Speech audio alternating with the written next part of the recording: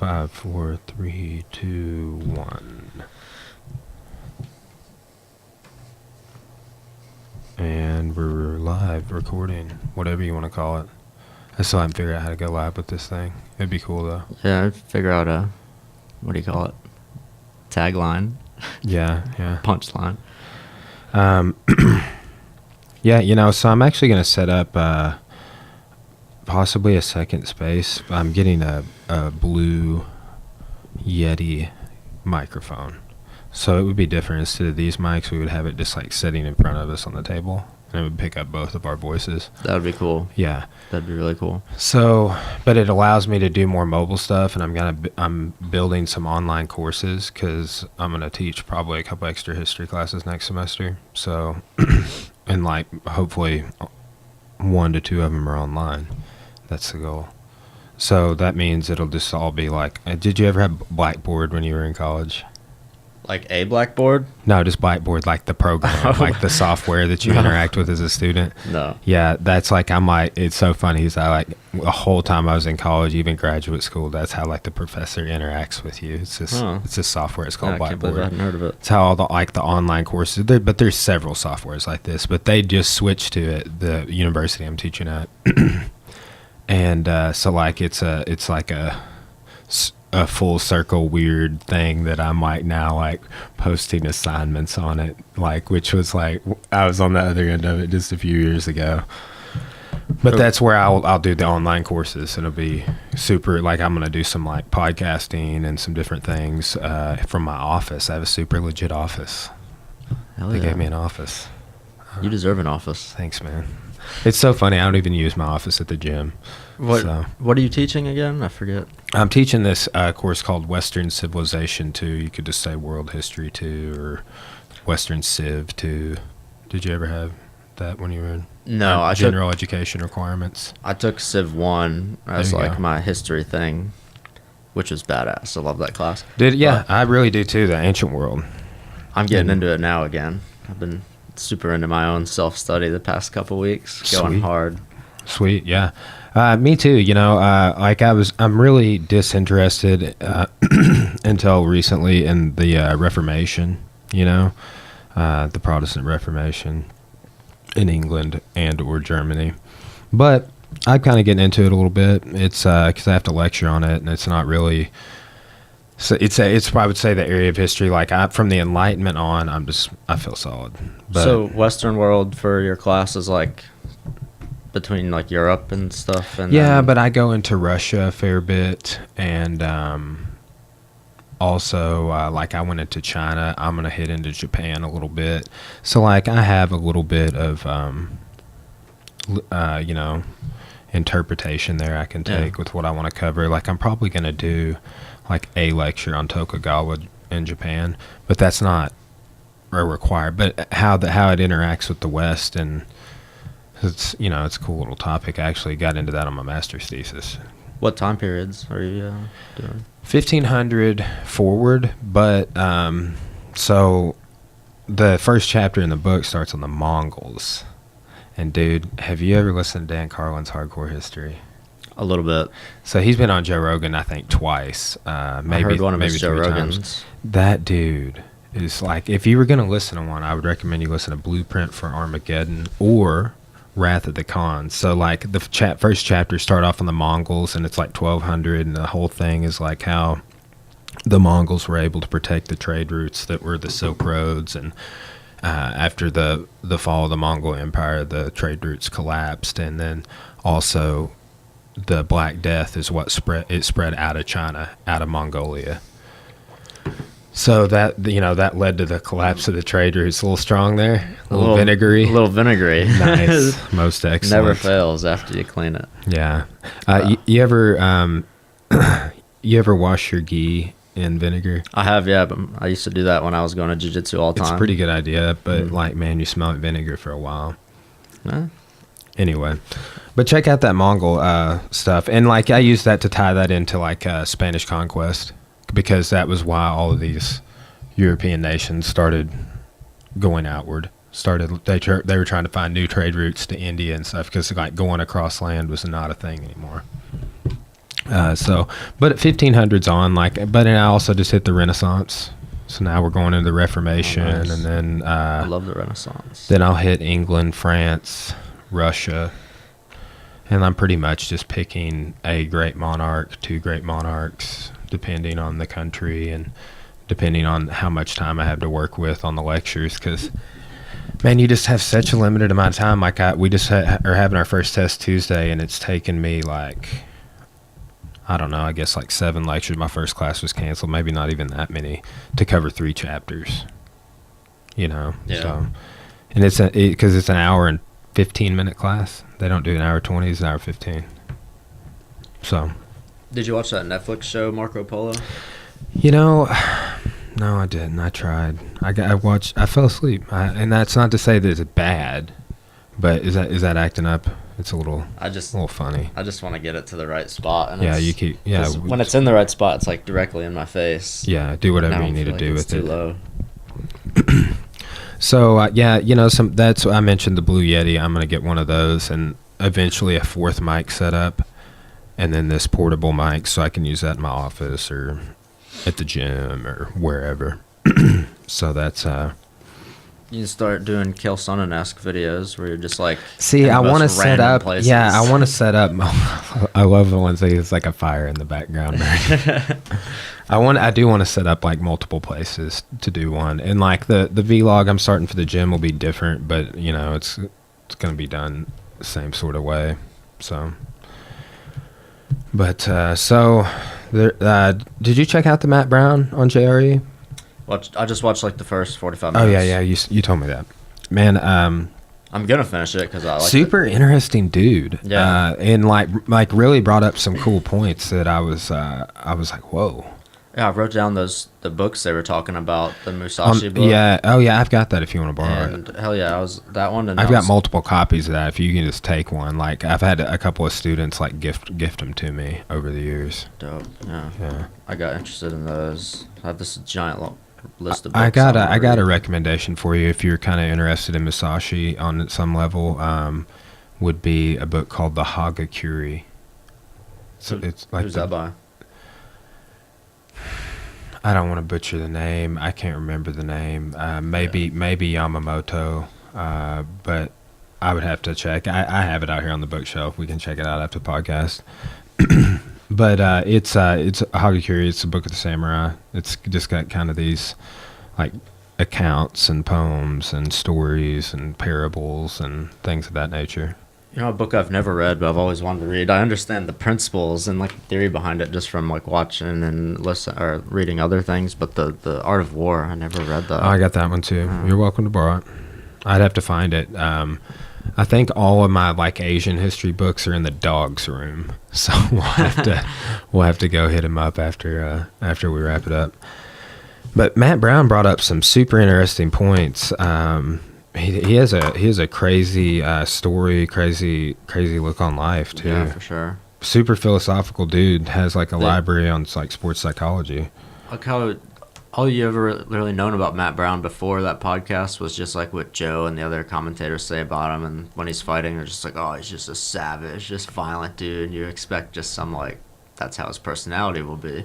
But that's not really how he is at all. He's super smart and complex. Seems like he puts a lot of thought into all kinds of stuff.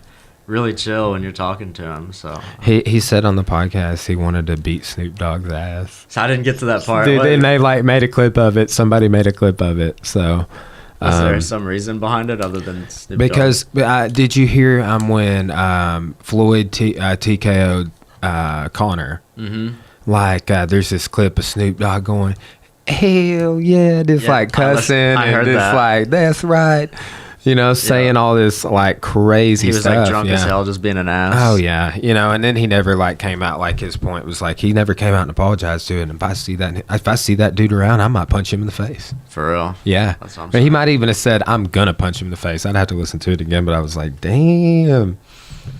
Yeah. So one thing that Matt Brown was saying that I thought was fascinating. First off, he's going to be fighting Carlos Condit. Sick fight. Yeah. Super interesting. Maybe Condit will have worked on his leg locks a little bit and finish one of If them. Condit leg locks Matt Brown. I know. Like I wonder what that fight would be like. Like they're both super legit strikers. I don't know if Brown how he would strategize. Man, that Matt Brown Diego Sanchez was just like he just killed him. Yeah, he killed him. Yeah. So, but he was saying that he thinks that all steroid offenders should be issued a lifetime ban. Yeah, I was listening to that, and I know Joe couldn't get with it. Yeah. I kind of can. I can too, because if that's the rule, if the rule is that you can't use it, and I think like they like talked about Tim Means because they found this super cheap, not third party certified creatine. Yeah, I've heard it both ways. I always call it creatine. Yeah, maybe the elitists say creatine. So creatine, that was just like not legit. It's probably made in the same vat as some, dick pill or something. I don't know. Exactly. Yeah. And so he popped hot, but they like gave him a super light sentence. I love that dude's elbows. I always tell people that when he comes up, that like he has the sickest like punching to elbow combos. He does. Ever. He's one of the boys. Man, that is just something that's so unique to me to MMA, like, is boxing to elbow combinations. Mm-hmm, yeah. It's just like the elbows I see in Thai boxing, and then I would say, and I don't think a ton of people would argue with me, that, like, the Dutch-style Thai fighters, like Ramon Decker, throw fewer elbows. And I think that that's, like, a mid-transitional evolution of the striking game in MMA is... You're seeing people like Tim Means. I saw him throw like a rear uppercut to a rear downward elbow. He just blasts you from the clinch, from range. I just love his work. Super legit dude. The Dirty Bird. Yeah. Dirty Bird Means. Unfortunately, he lost last weekend, didn't he? I believe so, yeah. So, Matt Brown Condit, I don't know what card that's happening on. Are you watching the fights, this free fight this weekend? Hell yeah. Yeah, what are you thinking about that one? I'm excited for it. I took the last 2 weeks off of watching fights because they weren't very interesting, and just, taking some time off is nice every once in a while. So I'm back at it on this one. I've been kind of wanting to see Rockhold and Romero for a while. Yeah. And I don't know how I feel about Mark Hunt. I think he probably should be retired by now, but Curtis Blades is hot right now. Yeah. And he's looking good, too. Yeah, I know. I'm excited to see him get back out there, for sure. So here was something. So, like, what is the fight card called that is, hold on, is it UFC Fight Night? This weekend? Yeah. I have no idea what they call their non-pay-per-views. Okay, Rockhold Romero. It is a fight night. No, it's UFC 221. Yeah, this is a pay-per-view. Yeah, okay. So, where did I see... Are they just going to do, like... So, I guess on Fight Pass, they're showing that as a free fight. That's why I said that. What fight? Rockhold Romero. Like, when I logged in my Fight Pass the other day, it said free fight. And I was like, hey, they're going to show the main event of a pay-per-view as a free fight?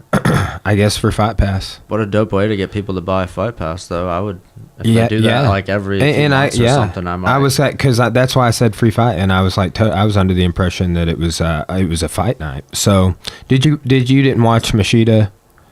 He won a split decision, I believe.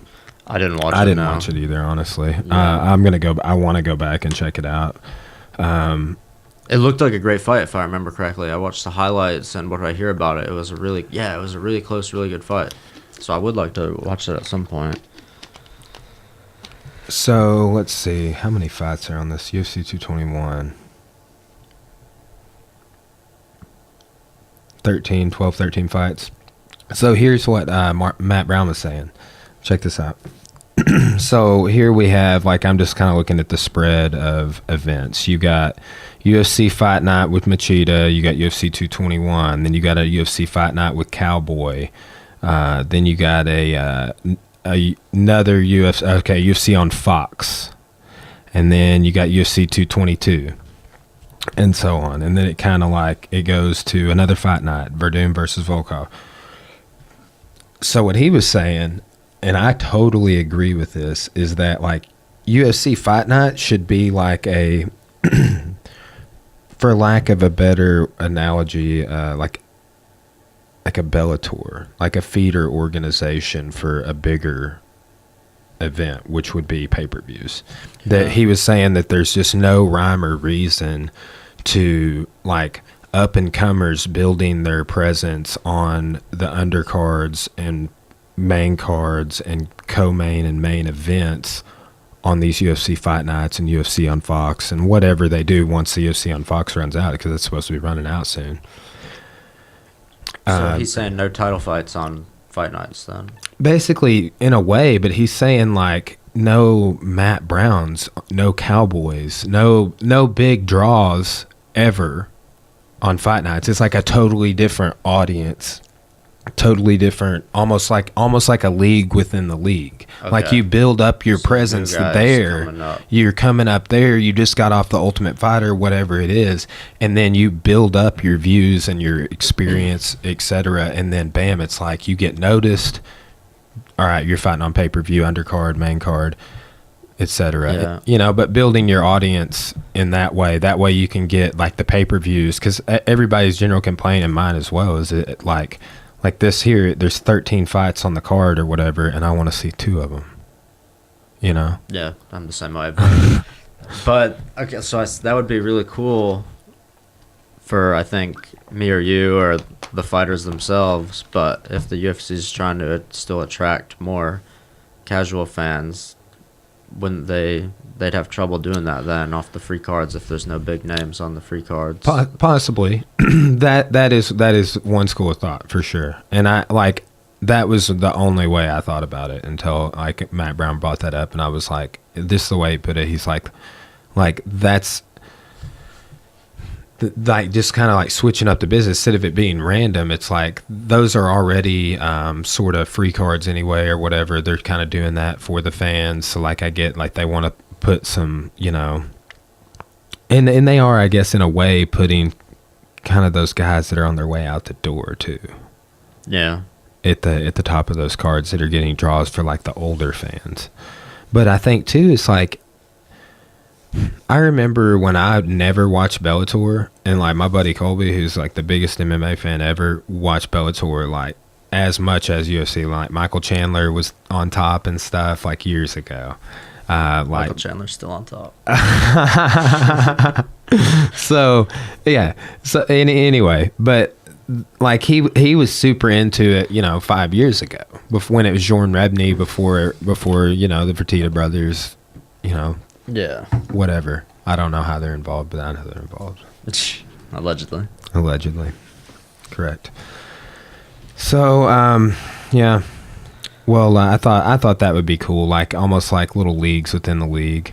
That way, it's you. That's how these up and comers, like you know, you would see a Darren Till come to fruition off of that, and you'd see it happen fast, because like that guy, and if that guy can do that to Cowboy, imagine what he can do to.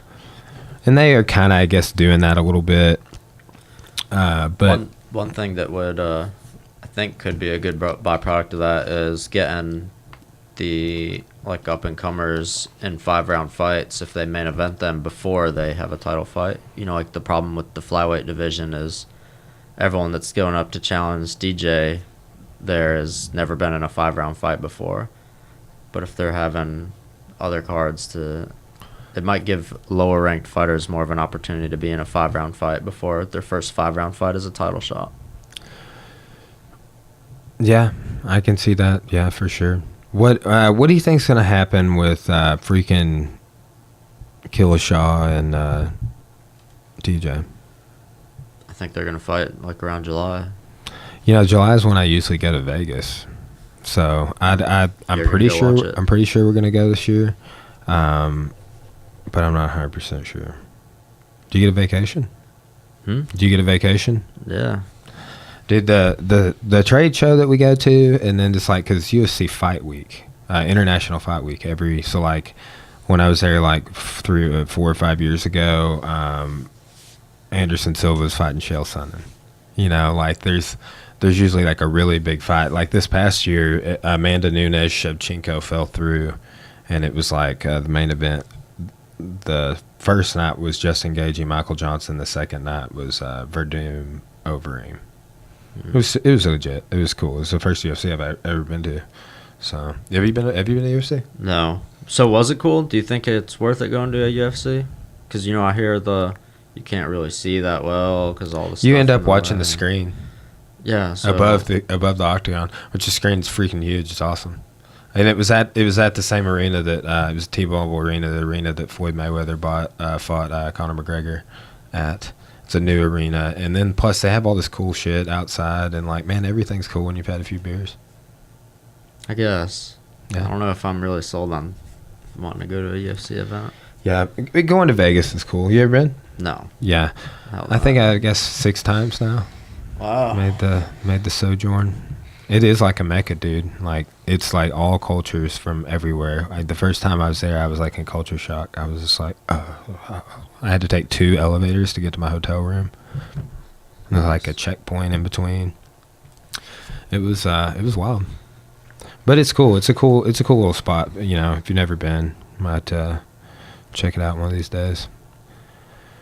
So, but like my instructors always go, and like they're getting back from Brazil. They're going to taking a big trip to Brazil, and they're getting back the same day. Like they get like flying from Brazil to Vegas. I'm just like, damn, you guys are. But I may not go because I think we're going to Red Rocks, bro. Go to Red Rocks. That seems I know cooler. to see. I don't know, especially if you've been to Vegas 6 times. Yeah, I know. I've only been to Red Rocks once, but we're probably gonna go see Humphreys McGee there. I don't know who that is. Oh, dude, you gotta check out some umps, bro. Yeah, they are. What kind of music is that? I don't know. Yeah, they're kind of a jam band, but they have so they have 2 drummers. Like one's more of a world percussionist type drummer. They have a keyboard player. They have a singer and a guitar player, and then another guitar player, and they both are just like just shredding. Just like they can go from like these slow melodic jams to just like shredding. Like they just melt your face off like cheese grater style. So what a terrible analogy. yeah, but I mean, just like they've had a weird album. They just came out with a new album. I haven't really listened to it, but like the spread of their work, they've been out forever. They put out tons of albums, and their live performances are super sick.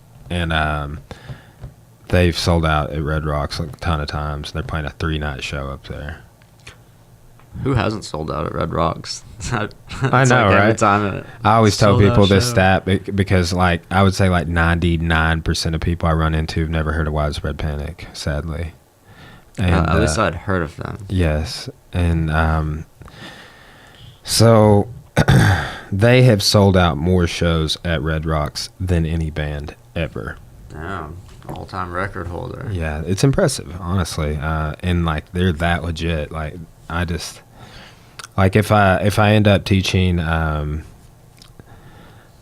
like a few more classes from Morrilton, because I had a couple online classes, maybe one more class on campus or whatever I end up doing there, which will just be end up being like an 8 a.m. to noon gig for me, and then I'll just be business as usual. Yeah. But I don't know where I was going with that. Oh. Yeah. I looked down at the fight card and I got distracted. So, oh yeah, Panic. My buddy Colby just got back from Mexico, and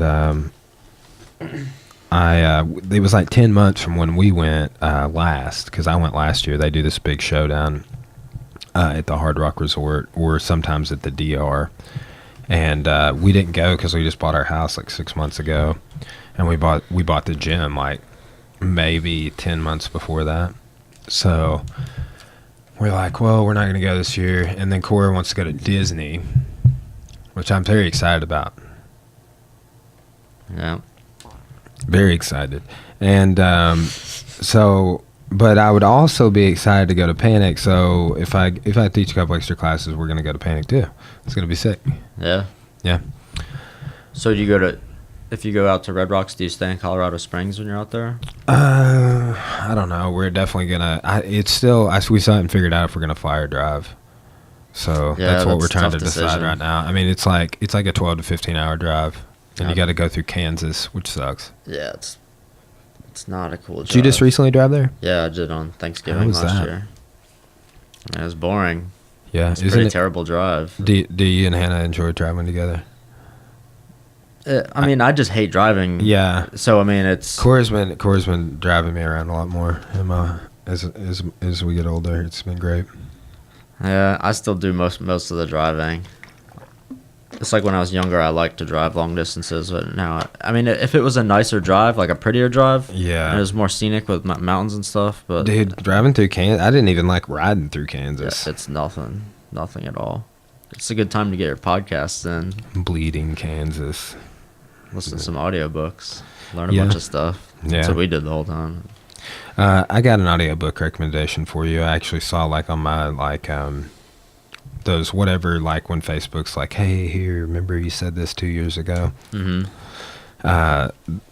It was this quote from the Japanese art of tidying up, or the life-changing art of tidying up. I can't remember the exact name. Have you ever heard of that? No. It's got an audiobook on YouTube for sure. Let's see if I can find out.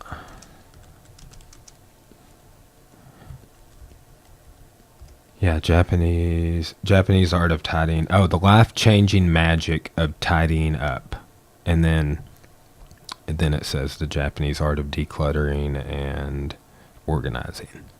Yeah, I've heard of stuff like that. It's actually like, so basically what it was saying, it's like you kind of have to like build in mechanisms. It's like almost like Matt Brown was talking about this, like habit creation and then habit forming, like so you retain that habit. Yeah. So basically you got to say, okay, this is the remote to my TV, but my dog ate this remote. It still works, but it no longer brings me joy, so I went and got this other remote. But the thing is, it's like, that's not a good analogy, but you pick something up that's like, you don't want to throw it away. And you would not normally throw it away. Like, here's the example, like, go to your closet. You ever have like somebody be like, hey, you need to get rid of this? You'd be like, there's no way I'm throwing that shirt away. There's no way. I used to be like that all the time. Right? And then like I feel like the older you get, the more, but like, this is like a mechanism. There's all these techniques you can use, but the one I picked up on the most was you pick something up and you're like, okay, does this still bring me joy? No. Did it used to bring you joy? Yes. It's okay that it still doesn't. Like it's just like building in these little mental processes to overcome your objections to getting rid of something, basically.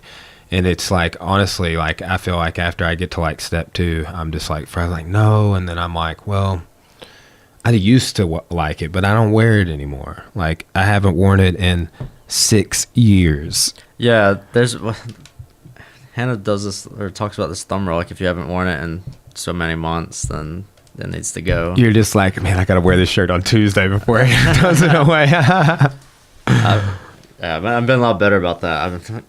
Especially about clothes, mad clothes that never worn in like years and years and years. Dude, I recently scored like 5 pairs of corduroy pants, one of which I'm wearing right now, and I'm styling with the corduroy, bro. I love corduroy pants. Yeah, they are pretty cool. I don't have any. Maybe I need to get some. Dude, I got These kind of look like them, but these. they're not. I think I got an Old Navy, and this like a super sick score, bro. They were like $14 or something.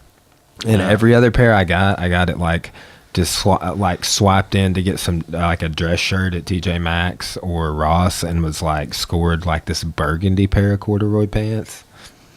They look super sick. Nice. Anyway, I felt like as I've gotten older, clothes have gotten like exponentially more expensive. do you have to wear a uniform at work? Or business casual. Dude, you should totally rock a suit jacket. What's weird about my job is it's like an office job, but like every once in a while we have to go into like the plant, so it's like it can get industrial like at a moment's notice. So you don't want to dress. You have to dress like for an office daily, but like kind of down enough to where it's okay to like go out in a steam plant and kind of get a little sweaty and run around a little bit. Fair enough. Yeah. That's weird. So I can't really dress that dope. Yeah. Dude, you know who dresses super dope? Jesse Weiss from the gym. Yeah. Like, He seems like one of those guys. that and like he's always wearing a pair of Air Jordans. I'm just like, dude, you're fucking sick, man. But yeah, like he and I, like he has his velvet like blazer, and I scored the same blazer when I was like getting my professor get up. And anyway, we have the same jacket now, but I'm currently looking for a suit jacket with, you know, the elbow patches. Oh yeah, the elbow patches. Yeah. Plus, I got a couple of vests I've worked into the rotation. I love vests. I only wore sweatpants exclusively or a gi or fight shorts for like the last 5 years. That sounds like the life. Exclusive sweatpants. Yeah. You're closing in on John Danaher style. I know. I was like, did you read that article that like somebody asked him like, dude, why do you wear a rash guard? And he's like, well, there's 9 simple reasons. And like really just like, he's like 1, 2, 3, They're 4. all 9 good reasons too. They are pretty legit. Except it just doesn't look good. Dude, what if I wore a fanny pack? I think, dude, I'm with the fanny pack. Dude, if you get one, I'll get one. I've wanted one for years, but I think it just didn't look cool. Now I'm kind of old enough where I don't care. Dude, we gotta set the trend around here. We should. I think we could. Yeah. Plus, I mean, so you know, useful. I don't give a shit how it looks. I feel like Cora and Hannah are probably, they're not gonna get rid of us. No, they're not. You know, Cora even got a fanny pack the other day and was trying to get me one. I was like, no, what? I'm getting a Joe Rogan fanny pack. Yeah, I thought I saw something on Facebook about that. Yeah, I was like, no, forget this. I don't want one of these. The primal pack or whatever. What is it? Higher primate. Yeah. The same one that Joe gave John Danaher. John Danaher's talking about getting one from Gordon Ryan getting one that from like Gucci or something. Yeah, I heard about that. Funny. So yeah. So I guess it was fake news about. Don't you like? What do you think about all this fake news in the MMA? Like I just share it, and I'm just like I'm like just laughing when I share it, honestly, because I usually know that's not what's going to happen. So UFC 222 has changed up quite a bit. What do you think about the Frankie situation? I mean, I really wanted Frankie to get a title shot while he's still kind of good. He's still really good, but yeah, been around for so long and kind of feel like he's definitely earned another one. But Frankie versus Brian Ortega is a really, really sick fight, though, and I really want to see it. So that's cool. It's a good matchup. Yeah. I'm not sure. I don't know if it's really justified or not, but I don't like the way that Brian Ortega fights. So I kind of want to see Frankie Edgar I want beat to the hell see out him of him. just like floor him in the first round or something. I hope he doesn't. I want to see the ground and pound wrestling game destroy the Jits game. Man, I gotta have you. I almost am just gonna do this solo, but like next time you come on, we should. If you want to do this kind of depressing topic, I was trying to get my other buddy to do it with me, but I want to break down like BJ Penn's last 10 fights. Yeah, I know you've been talking about this for a while, dude. Because like in that you got the Frankie trilogy, but it's not like I want to watch all of 3 of those fights because it's depressing. Murders, but. Yeah, I mean, but Frankie, back when he was fighting BJ Penn, like, that was, I guess, on BJ's way out, in a sense, but he's still in there for some reason, you know? Yeah. Like 7 fights after where I'm talking about. But Frankie's such a warrior, dude. Those fights with Gray Maynard, but I want to do, like we did with Ngannou, just, like, watching all their fights, just commenting on different things. Why is BJ Penn, he used to be so good for, like, a year or 2, and then just completely cannot even compete anymore. People say he's lazy or like lacks discipline, but he's super athletic. He got like his black belt in jiu-jitsu and like 4 years or something. Something crazy, like that. Like, he got to purple belt with Ralph Gracie, and then he moved on to Nova Uniao, and I think they promoted him to brown belt like immediately, and then he went to black belt pretty fast and won the world championships at black belt. Yeah, and so I don't understand how if he had his mind was like that and he was so good then, how he just can't compete with anyone anymore, not even lower level guys. I don't know, dude. It's depressing. Because I used to be a big dude when he like split Diego Sanchez's forehead open, and then like I was telling somebody this, like how he's like just been on the downfall, and they're like, but what about that Matt Hughes fight? And I'm like, what about it? Like, it's like, yeah, he knocked Matt Hughes out in the first round, and that was like Matt Hughes is already out the door when that happens. Yeah, I don't even remember that. Dude, Matt Hughes could like barely walk right now, bro. Yeah, but that was super cool, and he came out in that fight the other week ago or whenever that was. I was glad to see him. Glad to see. He looked all right. Looks like he's doing all right. I mean, he obviously isn't going to be running or anything or fighting, but he survived. I think he was going to die there for a little bit when it first happened. Hit by a train. Yeah, crazy in shit. his truck. What the crap? I felt really bad. If he didn't have brain damage before, he does now. So, I guess so. So there's all this fight hype about Dillashaw and Garbrandt, and then there was hype about Garbrandt versus Frankie, and then what? I mean, I don't take know. a step back from all that and just let the dust settle, and here it is. Yeah, and that's what we're looking at. TJ's not going to mediocre card is a result, in my view. It's like you got Chris Cyborg and Frankie Edgar. I'm pretty bummed that they. Well, before I switched to Chris Cyborg, I think TJ is completely justified, and I wouldn't want to fight Cody either. Would you want to give him another rematch like that? No. Yeah, I wouldn't either. Just screw him. He can sit there and he can wait. TJ had to wait for 2 years. That is a really good point. And TJ just had a kid, I believe. Yeah, and he just had a kid, and Cody's like, "Hey, pussy, you want to come fight me?" Like, I just had a kid. Talk to me when you're like, he said he hasn't been training at all, like the weeks after he had the kid. So yeah, I wouldn't let Cody try to get in my head and be like, bitch, I knocked you out like a few months ago. Shut up and just go work your way back up. Yeah, I totally agree. I mean, if it would have been a decision, and I'll tell you, I want to see Garbrandt fight Cruz again. Yeah, I think if Cruz is going to have another fight, like, he might as well fight somebody legit. Like, I don't want to see Cruz really fight anybody else other than that, honestly. Really? Has Cruz fought anyone since Cody? I don't think so. I don't think so either. Yeah, he should have to fight someone else. I think, well, he gets immediate maybe rematch, he especially did. After how bad he got worked over in that fight. Yeah. Let's see him fight another, top 5 dude or some cool up and comer. See how it goes, and then put him against Cody again.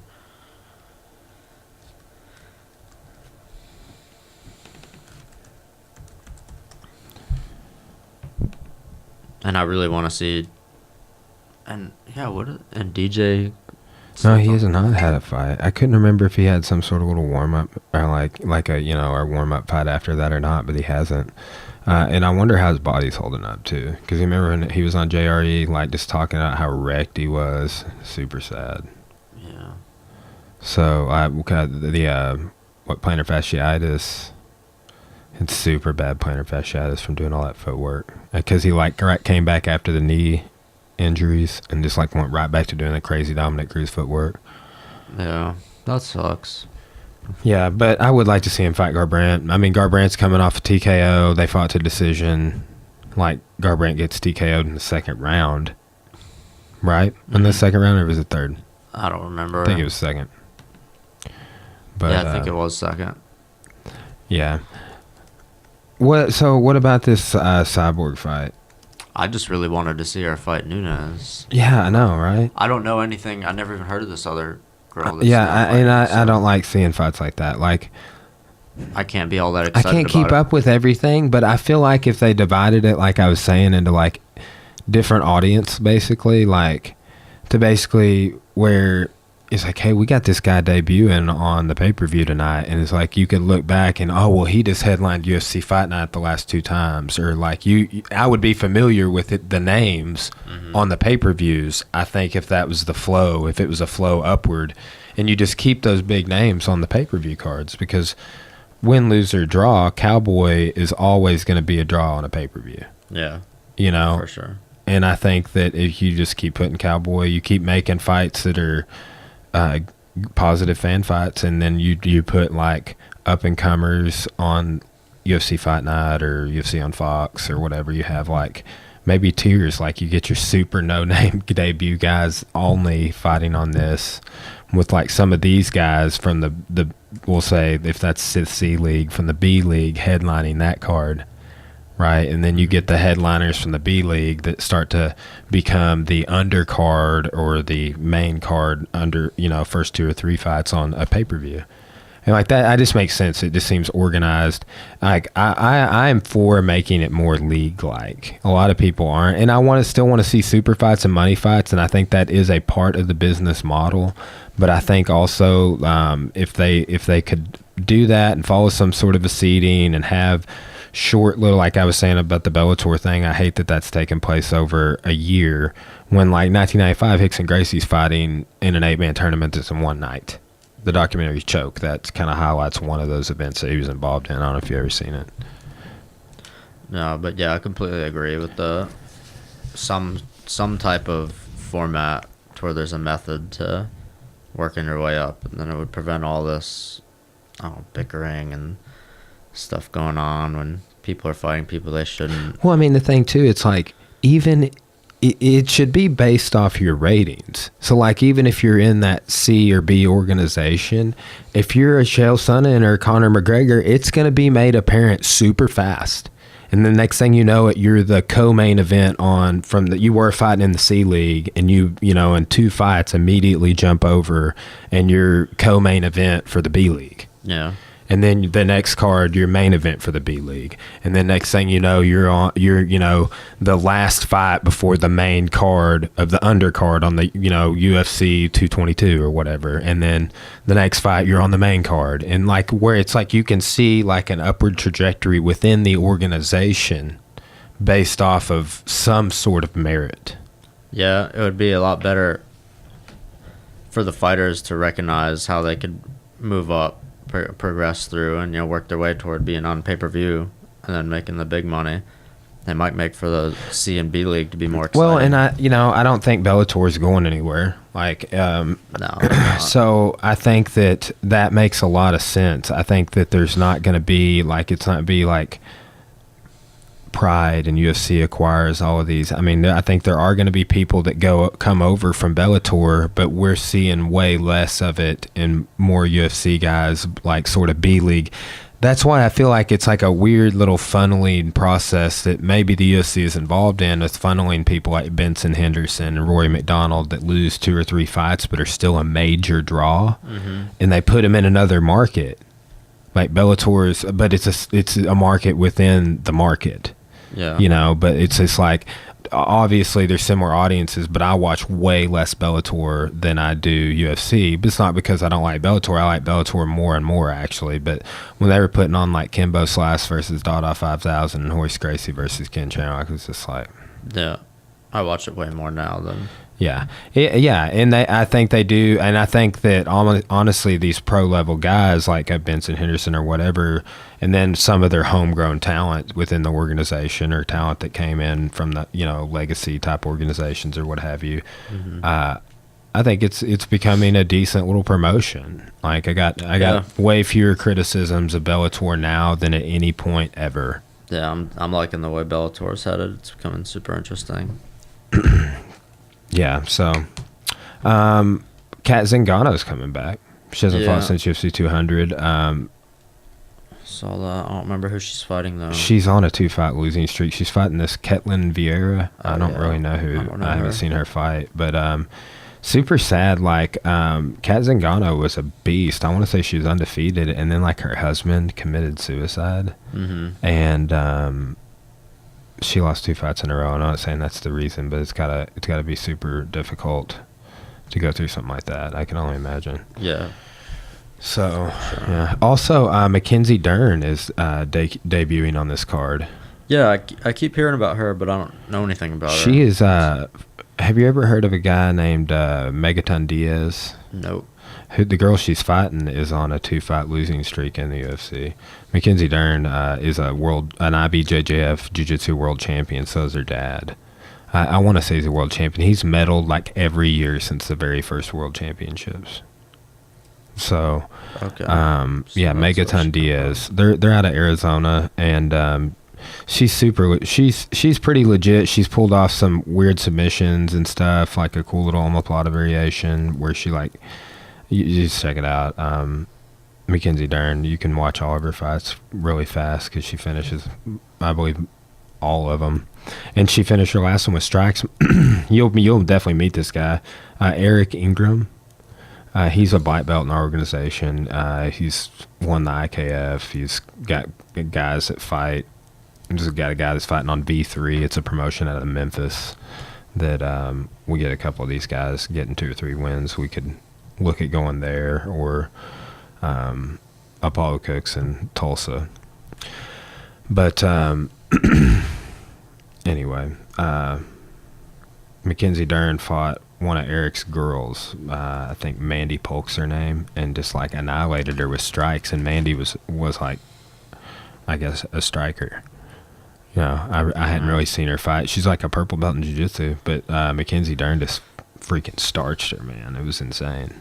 So she is like the Fox Sports 1 preliminary card. She's like the main event of that card. And then you also got CB Dalloway and Hector Lombard, John Dodson versus Pedro Munoz, Bobby Green. Oh, these are the. When is this? This is UFC 222. Okay. March 3rd, same weekend as Golden State Golden Gloves for us. Then there's also Jeremy Stevens has got a fight coming up. Josh Emmett versus Jeremy Stevens. That's going to be a sick fight. Yeah, are you excited about that one? I can get excited about that one. Yeah. Yeah, they're both fucking hot right now. Yeah, homeboy's on Emmett's on a 2-fight win streak. Freaking KO Ricardo Lamas. Bad. Fifth fight in the UFC. Also missed weight in his last fight. Yeah, but he was a short notice, though. Okay, well, and they find the shit out of him like a bunch of assholes. He had like 3 weeks, and he missed weight, and they're like, "Oh, damn." Well, yeah, he got super close, didn't he? Oh, at 148.5. Yeah, it's not really half his pay. He wasn't that close. It wasn't half, but it was like the most percentage someone's ever been fined for missing weight. And I was like, I don't really understand why they did that. He was super pissed about it. But yeah. I mean, what can you do? On Jessica Andrade and Tisha Torres are fighting. That'll be entertaining. Go, man. Hell yeah, I like that one. I like Tisha Torres a lot. Yeah, Heenan Barrow's fighting on the last fight on the prelim card. Ben Saunders is fighting. Who's Heenan Barrow fighting? Brian Keller. That's strange how Heenan Barrow just fell off after that TJ loss. Well, you know, some people attribute that to a little change within the organization. Maybe. Like, Matt Brown just freaking threw Johnny Hendricks under the bus. He's like, they were talking about post-USADA people that were noticeable, and he's like, yeah, Johnny Hendricks. And I'm just like, so, damn. Matt Brown fought Johnny Hendricks, right? I believe so, yeah. And I wonder if he fought him. I don't even remember who won, and if he fought him pre or post USADA. But yeah, Johnny Hendricks, one of the most obvious ones you can think of that had that big change. Oh, yeah. So speaking of steroids, he lost a decision to him. When was it? What year?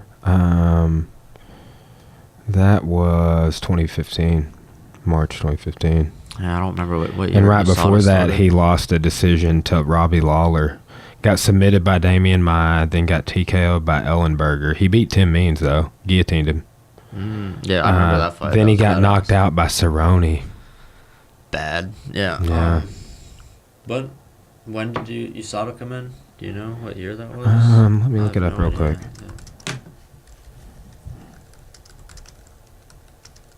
I would imagine it was after 2015 or in 2015. July 1, 2015, the UFC anti-doping program was put into place, ran by all the United States Anti-Doping Agency, known as USADA, to protect the rights of all clean athletes in the UFC. That's a great way to phrase it, to protect the rights of all clean athletes in the UFC. So, how about that Baracino dude versus Uriah Hall coming up? What card's that happening on? I don't know. I just heard it was announced the other day.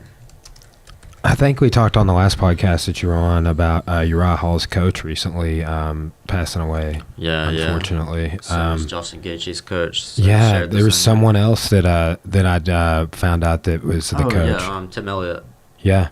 So Jack and I were talking too. Did you listen to the Jack Tolfer podcast? Mm-hmm. Check that out when you have a moment, or 3 hours.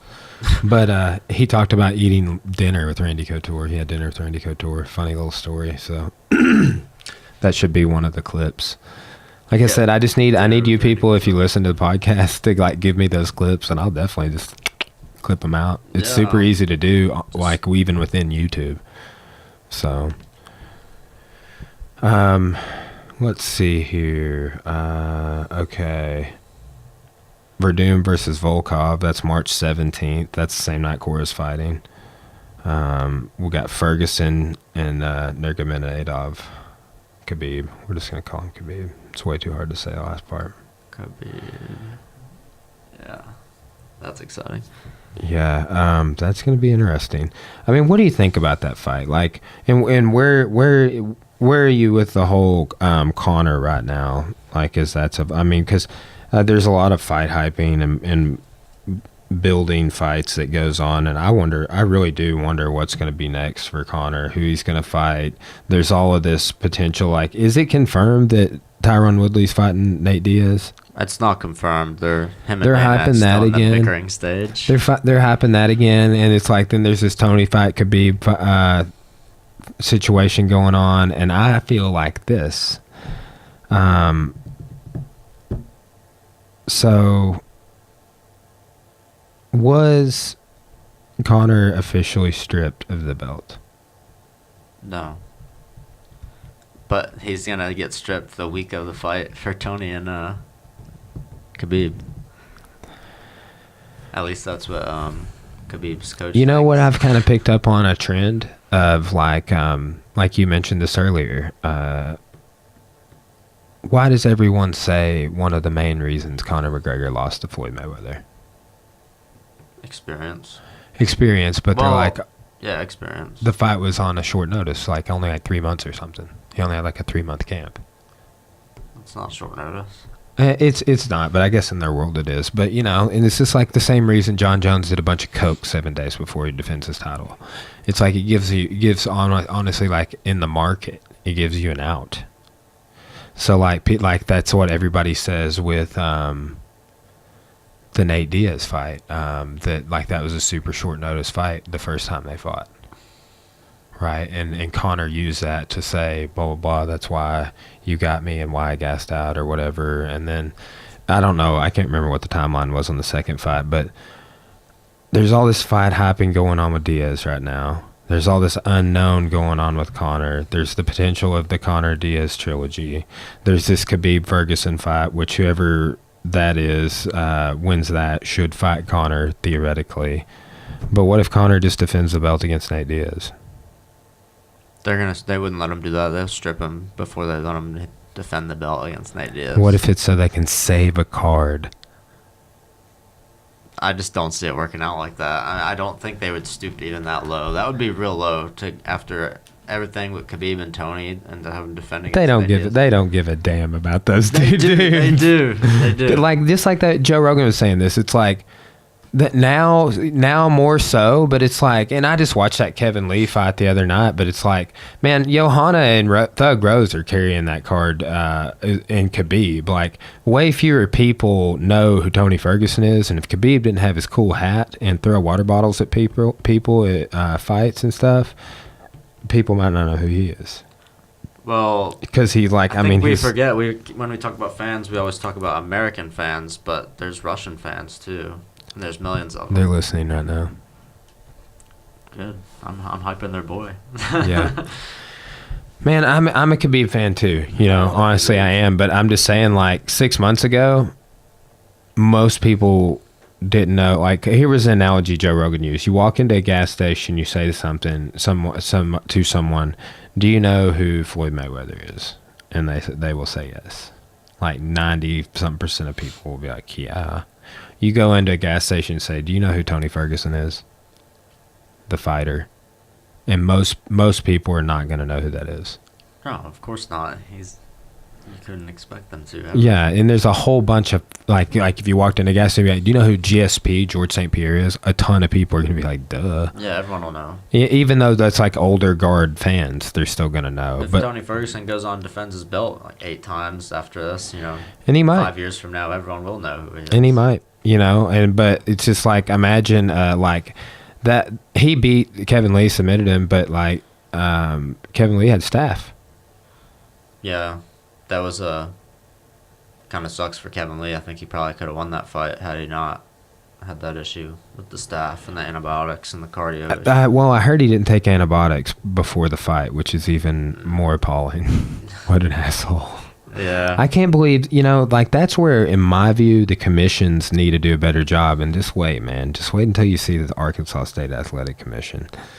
They've gotten a lot better, but how they handle things, like when people don't make weight and stuff, is just so ridiculous. They're like, "Oh, well, you're within 10 pounds. We can still make it happen." 10 pounds. Like, yeah. I mean, it's kind of a circus sometimes. I've had people miss weight against our people a lot, and it's they just don't regulate it. Yeah, that sucks. I mean, it's amateur MMA, so they're just like, there's not much they can do, right? Yeah, like, exactly. And on at the pro card, it's not a big deal, but that's that. So I mean, what's going to happen with Connor then? She's going to sit on the shelf? He's going to sit on the shelf. You just got to let him sit there. Don't worry about it. What if he just like pops out and be like, "I've been training the whole time and I'm going to," like, they would make any fight happen he wanted to happen right now. Yeah, so when he wants to come back, he'll be able to come back. I'm sure he has been training the whole time. I don't think Connor's not training. He's training and he's probably thinking about something, or he's not. I mean, either way. He's so like flamboyant, man, for like a lack of a better way to describe it, but just like he's a cult personality. I don't know. He's changed. His personality's changed a lot, though. Like those pinstripes on his suit, and like he's always just like wearing like furs, and I mean, dude's just extravagant. Yeah, I don't know, man. Yeah, it's taking me off. I know, dude. I know. Like he's doing this to us on purpose. It's all planned. You dick. I don't know. Even with how I think Conor McGregor's mind works, I'd still be pretty damn concerned about coming back with Khabib and around. And like I heard the other day, like if Conor can get beat by Nate Diaz, whatever, he still is able to hit Nate with some shots. He can get beat by Floyd, whatever. He can hit Floyd with some shots. But if he gets mauled like by Khabib, like the way Khabib did Edson and Michael, that could really ruin Conor's reputation after that. What is he going to say? Exactly. That's why they're being careful. Yeah. Yeah. Be real careful with that. What is it you hear Khabib's coach say? Oh, Khabib was kind of nice to Edson and Tony, or Edson and Michael Johnson, because they were, kind of good guys. Didn't really piss him off, but he's not going to be nice to Tony when he fights Tony. Yeah, I'm fascinated to see that fight. It's going to be fun. Did you hear what Eddie Bravo said about your boy Eddie Bravo talking about, we'll be glad to go. He's like, play from bottom. Take us to the ground. We would thank him for it. Yeah, that's what he said. And then Tony gets kind of pummeled a little bit by Kevin Lee from Kevin Lee's top position. I don't know what he thinks about to happen to him with Tony Ferguson or Khabib, but I don't think it's going to be good for him. We shall see. We shall. Man, there's so much potential for that UFC 222 card, and now I'm just like, man. Who's main eventing it now, though? Cyborg and this why did Kunitskaya and then Edgar Ortega. Why did Nunes get pulled from that fight? I don't know if it was ever officialized or anything, but there was like pretty serious talks. Maybe about it. sinusitis, bro. Who? Sinusitis. That's why she pulled out of the card I was supposed to go see her at. What is that? I don't know. Oh, okay. I would say. And she's the one that called out Cyborg. Let's go. Let's do it. I know, Cyborg's right? Like, oh, I don't really. Oh, like to dude, fight did you see Brazilians." Valentina Shevchenko and Mario Yamasaki not do anything about her beating the living dog crap out of that girl? Yeah, I saw all about that. Oh, man. What do you think? Mario's fault? Maybe not his fault is the wrong way to word the question, but you think he should be catching all this heat for that? They said. I mean, I read a couple of places. I didn't see an issue from the athletic commission that he was never going to ref again. Now, I don't know if that's true, but yeah. I mean, Well, doesn't only the Brazilian athletic commission has authority over that, or would unless the other ones? Dana White's who said it. I mean, he's not in control of that. I heard Dana say he'll never do it again. I don't know how he could stop him, but Yeah, I mean, but that is, man, I'm big on fighter safety.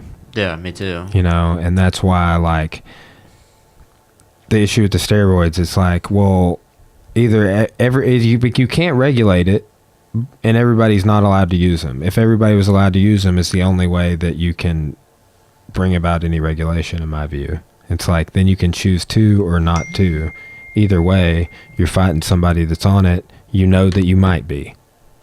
Instead of hoping you're not. You know what I'm saying? Because, I mean, there's just really there's no sure way to regulate it anymore. What do you think about Anderson Silva getting popped again? He's done. Yeah, get him out of there. Get him out of there. Man, that's just so depressing to me. And, he's doing it because he's just, like, old as shit. Or he's been doing it the whole time. You never know. Well, I mean, that too. That's what sucks about it, is it calls that into question, and even it's such a weird little issue, you know. In one, oh man, look here, Anderson Silva's last 6 fights, he is 1, 4-1, 4 losses, 1 no contest, 1 win. Yeah, not good. Damn it, Henderson. And he's still doing steroids and still. And he got can't win. popped. He got popped hot against Stephan Bonner. Then he popped hot against Diaz for drostanolone and endotestosterone and endoterone. I don't know. Roids. You seen old man roids. You see his picture of his trainer. Oh, dude, that was too funny. Joe Rogan said he texted that to Dana White and was like, "This is Anderson's trainer, dude." Like, oh my god. Girl, dude. Yeah. And then Eric Silva, another guy that definitely changed from pre-USADA to post-USADA. Yeah. He's got the same trainer there. Giant 60-year-old man. That's too funny, man. Way too funny. Oh, man. Well, what else is going on out there? Romero and Rockhold, who's going to win? Who you thinking? Rockhold. I got Rockhold. I'm not a huge fan of either guy, but I'm like, I don't know, man. He fought when we were in Vegas, and I just like, I don't know. I'm not big on him. I mean, he's former Olympian. I like Yoel. He's funny. He's funny at talking trash. Yeah, right. He has a super unique fighting style, which is really cool to me. No one else fights like him. It's hard to train for a guy like him. It is. I mean, and that goes back to, man, like wrestling and boxing together are such a dangerous and suitable base for MMA. Like, I feel like if I can teach a boxer how to not get taken down, and then like either the closing distance clinch or takedown game, that's just like the evolution of Stipe. You know, he's got that wrestling base. He really focused on his boxing. Now he's a super legit striker. I mean, he's got such a good situation to run game plans in that division for modern MMA. Well, with Yoel, since he was a freestyle wrestler, he's not that good at keeping people down when he gets them down. He's got great takedowns, but no. Was Yoel popped? Didn't he pop hot? Yeah, He did. Yeah, many years ago. 6 months suspension. USADA revealed that Romero tested positive for butamarin, a growth hormone release stimulator. An unopened version of the supplement was independently tested, and banned substance did indeed come up, even though it was not listed on the label. Yeah, right. Romero announced that he'll pursue legal action against the supplement company. Yeah, I think he was legitimately. Right, I mean, that was right after USADA came in, it looks like, too.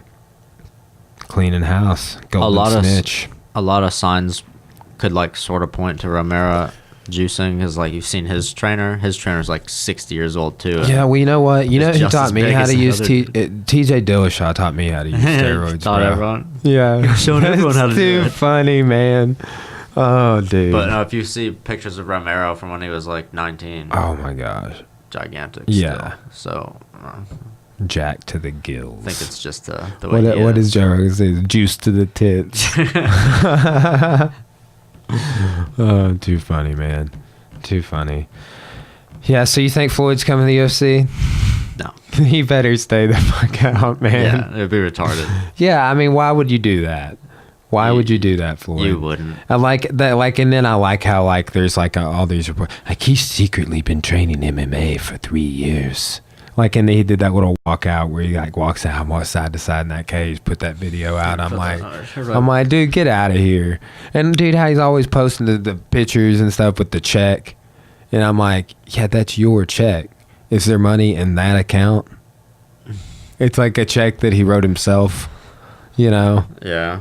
And I'm like, yeah, but do you have that many millions of dollars in that account? Can you go cash that check right now? That's what I want to know. And I don't think you can. I think Floyd just wishes he was as cool as Lomachenko. Because Lomachenko can post shit about doing MMA. Lomachenko like, can cash any check in the ring. He needs the cash. Lomachenko can wrestle too. Oh, dude, did you see that? That was sick. And then I saw these clips of him like grappling when he was a kid too. Yeah. People take him serious when he posts. And he's a dancer. Yeah. Super sick, man. I love Lomachenko. He's a god among men, pretty much. Yeah, super sick, man. Well, so what are you thinking about Stipe Cormier? Where's that put Kane since they're teammates? Kane would never fight DC. DC would never fight Kane. Obviously, but what if DC, who's undefeated at heavyweight, beats Stipe?